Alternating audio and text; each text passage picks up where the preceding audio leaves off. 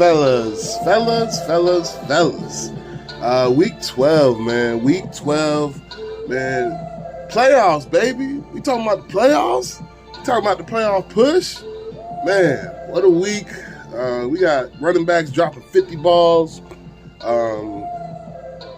It's going to be a week, man. We got to talk about playoffs. We got to talk about matchups. We got to talk about teams exceeding expectations. We got to talk about teams not living up to expectations. Week 12, man, shit's getting hot right now, man. Y'all got to stay tuned in, got to stay locked in. Man, enough sauce, let's talk, baby. Let's get it. All right, fellas. So we're going to jump right in. We're going to get in with Zach and Jeff. Zach getting a huge win. I mean, huge win. He is getting Drew, or Mr. Rocco, off his ass because he is on it. Big week from Kyler. Aaron Jones looks good. Sun God, Amon-Ra, man. When he's on, and he's on the field and he's healthy, he's a problem. He's a PPR machine. Goff looks for him. He's really a pillar that could kind of carry Zach through these playoffs. Jeff, ETN, Jeff needed to get this win. ETN got hurt kind of early on. We don't think it's serious. They said he could have come back in if he needed to. But that was pretty much it for Jeff. He needed a big week from ETN to get over Zach. But still hell of a season for Jeff. I mean, he was in it till the end. At this rate, if you're middle of the pack and not a front runner and not super dynasty build, all you can do is wish to be in the playoff push towards the end of the season, and Jeff did that. I think he needs to find some stability at quarterback. He's been getting away doing the streaming.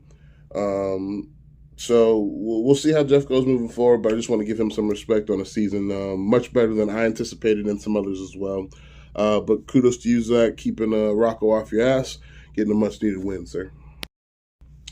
Justin to John. John, second highest scoring this week, 140? No questions. You did that. Sanders and Burks. Man, Traylon Burks, can we talk about him? Coming off IR, Burks has looked pretty solid, looked involved. I think the first week he came back, he was 6 for like 111.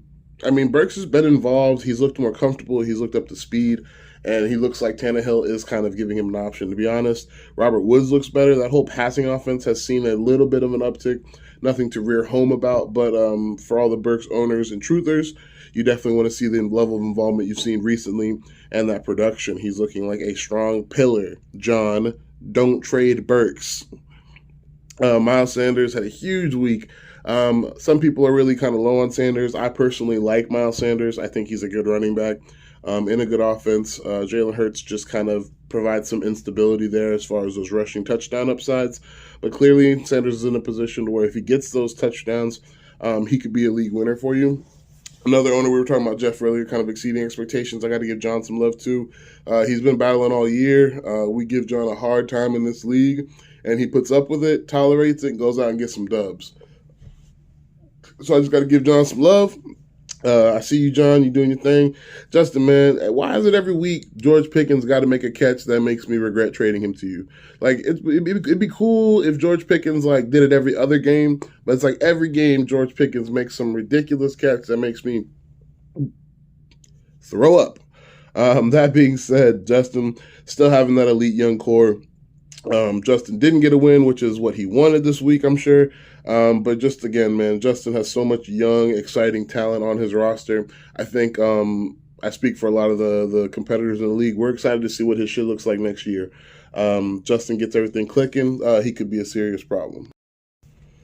We got Paul versus Bill. I don't know who wanted to lose this game more, to be quite honest. But Paul got the W. Trevor Lawrence looked immaculate this week. I think it was just very fun to watch a young, high-caliber prospect get that clutch game-winning drive. I mean, Zay Jones was out here looking like freaking Jerry Rice, man. It was just absolutely crazy. Zay Jones, I think, had 145 yards receiving, was the number one option for him. JT, I was very, very quick. I will own my shit. I was very quick to get off the JT train earlier this season. I didn't like the injuries. I didn't like the O-line. Indy was just, ugh.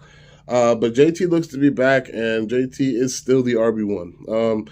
I know myself, I was leaning maybe Ken Walker, and, Brees was coming out hot. But let me just make sure I'm calling myself out and keeping everybody accountable.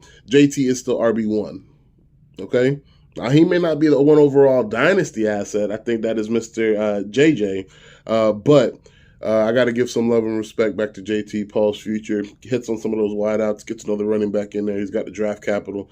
Hopefully, Champ will be back to form next year. And I think that's kind of what he's anticipating himself. Bill, CD looks great.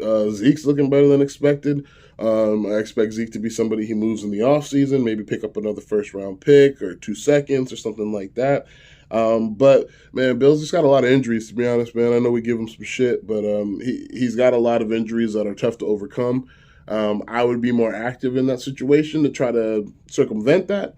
But it still needs to be recognized that Bill battled with probably the most injuries all season long. As somebody who's dealt with that, I feel like every year, that's really tough to overcome if you're not committed to kind of selling out for the year. So I can't hold him too accountable for that. But still, got some pillars there. And Bill is, as people like to remind us, a champion. So we expect him to return to championship form, hopefully, in the coming years. Yeah, Drew and Jeff.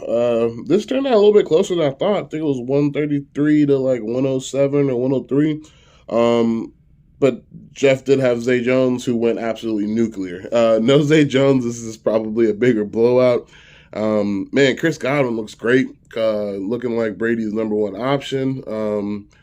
Mike Evans is weird right now. It's just ugly and weird. Godwin feels like the safety net. He's the person I would want in that offense right now. Looking immaculate there. Garrett Wilson had a great game with Mike White.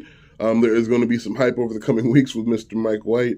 It would be very interesting to see how this trend goes. He did this last year, gave us 3 great games, and then gave us a stinker, and he was off. So some people feel he is the best option moving forward. I'm more of a watch and wait and see type of situation. But the kid was amazing, came out immaculate.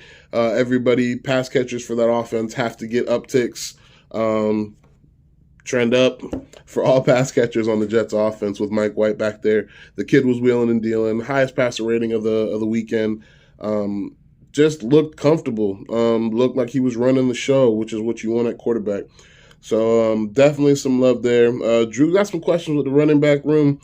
The rest of the roster is so elite, but there has been solid inconsistencies with Kamara and Dalvin Cook. And I think, honestly, those inconsistencies are only thing keeping Drew from being a runaway with this competition this year. But as a competitor, I love it. As if I was an owner myself, it's something I'm going to address in the offseason and when those trade deadlines open up again. But nevertheless, Drew getting another W. Riding my ass, still leading us in points scored. I think I got him. He's got me by like 40 points. So I bridged the gap a little bit, but I'm pretty sure Drew's going to run away with that. Jeff, as always, Ken Walker looked good. The young core development. Good to see Hollywood back on the field. Jeff, I'm really impressed with Jeff, man. He did a really good job, man. He wanted to get wins. He wanted to get dynasty. I think he's got a lot of nice pieces that could be something, could be pillars for him moving forward. He's got the draft capital. Only Fort Warner's got 2 first-round picks next year. Jeff is one of them, potentially 2 top 6 picks, which is going to be huge. Top 6 picks will matter. We'll get into that in the offseason when we go over some drafts, capital, and discussions. But yeah, just another good week. Much respect, Drew, getting another W. Keep pushing for that number 1 seed. But yeah, man, it was a good matchup here. I had myself with Rocco. I was top scorer this week, 174 on the back of Greg Jennings, aka Josh Jacobs, JJ the Jeweler, dropping a 50 bomb. Man, that's crazy for a running back to be dropping 50 bombs. Gross, but love to see it. Still the number 1 seed, putting in that work, trying to fend Drew off and keep that pushing. I think even Zach's right on my ass too. So I got Zach a little bit more comfortable with points. Drew and I are a little bit closer in that regard. But yeah, man, we cranking it out. We're trying to get these dubs. We're trying to finish this season off. Rocco was no easy out. But best believe I was happy to see Slayton and not Christian Watson in that wide receiver position for him. Questions. Don't know what was going on there. But I'm grateful that it played out that way. Running back room for Rocco is still elite, if not the best in the league. Rocco, myself. We could discuss that later. But anyways, yeah, man, Rocco coming through. The wide receivers are starting to show up. Terry's doing his thing. DK's doing his thing. He did lose Mooney for the season, but it's an unfortunate because he was kind of getting steam with that offense. That Chicago offense was starting to pick up. But that being said, Christian Watson coming, man. I mean, dude is here. He's been on fire, touchdown machine. That offense for Green Bay has not looked good, but Christian Watson has looked good in it. And that's kind of all that matters for me, and kind of pushed Lazard down a little bit as well. Lazard was that guy until Christian Watson kind of showed up and is starting to see some significant targets and red zone looks that Lazard was getting. Man, it was a good week, man. There's a lot of crazy stuff going on. I mean, it's a battle right now. Rocco and Zach next week. Fuck every other game. Rocco and Zach next week is everything. If Rocco goes on and wins out, he's got Zach in points. So if Rocco gets a win this week, man, do we got some drama going into week 14. If Rocco gets a W here, that's gonna push Zach to get a win over Drew in week 14. And Zach's got some bye questions on week 14. He's missing some key components. I'm sure Zach's not trying to let it come down to that. We will see what happens next week. Keep your eyes locked in. Rocco and Zach, matchup of the week, matchup of the season, to be honest. This changes everything. Rocco gets a win here. The game has changed. He's the scary 4 seed. Just as scary as Zach is as a 4 seed. So it's going to be exciting, man. This time of the year, the league kind of dies down. But I'm hoping we keep some engagement here. We keep everybody live, keep everybody rolling, man. Dynasty till death. Week 12. We locked in, baby. Playoffs a bust. Obi-Wan Kenobi, the one and only. Often imitated, never duplicated. Man of the hour, too sweet to be sour. Y'all have a good day. Yeah.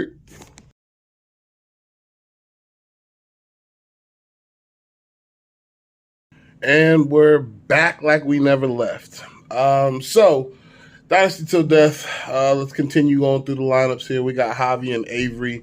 The front runners, never forgotten fellows. Javi comes through with the dub, clinching the playoff seed. Wide receiver room is looking solid.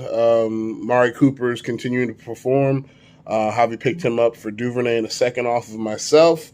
I would say Mari Cooper is well worth that at this point in time.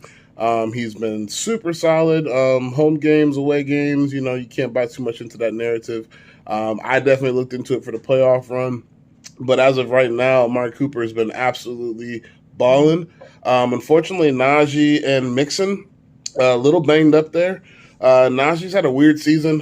He did get in the end zone, had a good game, but very, very weird season for Najee. Luckily, Javi's got the horses in the stable to kind of circumvent that. But it's still concerning, man. Swift hasn't been, kind of super healthy. Najee, Mixon hurt. Those are some pillars for Javi. So we'll probably see him make some moves in the offseason, maybe kind of switch up, maybe not recalibrate, but kind of just retool the lineup there. But still getting it done, clinch it in the playoffs, looking like the solid number 2 seed as of right now. Should be very, very interesting. Avery, CMC got a little hurt. Hasn't really had but one game where he's really shined with the 49ers. I think we all can see that's coming. But his usage has been weird lately. Not seeing the mass volume that may change with the Elijah Mitchell injury, and only having kind of a rookie behind there behind CMC. But Nuke has been super solid. Unfortunately, Debo got a little banged up as well. Had a little bit of a groin issue. Oh, my groin! Groinindex.com. If you know, you know. But that being said, Avery's in a weird spot. If I'm Avery, I'm going to try to look to move some of these assets. I'm going to move off of an Adam Thielen, per se. See if there's any market value for CEH. And to be honest with you, I might be looking to move CMC for the whole bag and just kind of jumpstart the reset. CMC will garner you a whole lot of capital, a whole lot of assets, and kind of help retool that situation when you have some other pillars that are kind of doing their thing. So Avery's been an avid holder of CMC. I cannot blame him there. But it's just interesting to look at, and definitely adds some context there as far as what to be expected and kind of what offseason moves we can kind of project teams to be making. So, man, playoffs, man, we right around the corner. We asked for a little playoff talk, a little playoff love as well. Since I didn't forget anybody this week in the recap, and this is just an extra video because I care. So, yeah, man, it's looking interesting. So I'm looking if I can win out. I'm remain the 1 seed. We have Javi who will win his division, and he will be the 2 seed, which presents an interesting matchup, a rematch for Drew and Javi. Last year, Javi did not have a good week in that first week of the playoffs, which kind of makes it scary. I was talking with Kamish about this. Is that first week playoff, man? Anything can happen. My ass got bounced last year. JT hit the dun on my head. And Cooper Cup wasn't enough to bring me back after I went on like a 10-game win streak. So that first game of the playoffs was scary, man. So it's looking like Drew and Javi. And then you got a great narrative as of right now. It's going to either be myself and Zach or myself and Rocco.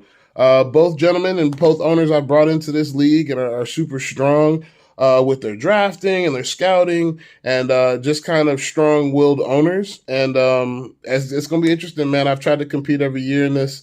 And so to be going up against one of my boys, it's gonna make it extra fun, extra competitive. It's gonna be tight, man. People got to start looking at the playoff seeds. You want to look at the playoff seeds. You want to look at your rankings. You want to look at your defenses you got matched up. You want to look at all your matchups for your key players.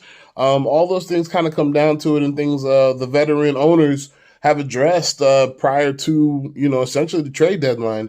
That's that last little moment that you have to kind of make any tweaks and kind of supercharge things up. So it's exciting, man. It's the best time of the year for me. Next couple weeks for me, I'm kind of just cruising, kind of watching the show, seeing how the seeding falls out. And I'm hoping to, get it done in the first round and keep it moving, just like the other playoff spots. So once again, man, Dynasty to Death, hell of a season so far. Hell of a crew, hell of a bunch of dudes. And I appreciate y'all, man. We're going to keep it moving. We're going to keep it busy. Javi, Avery.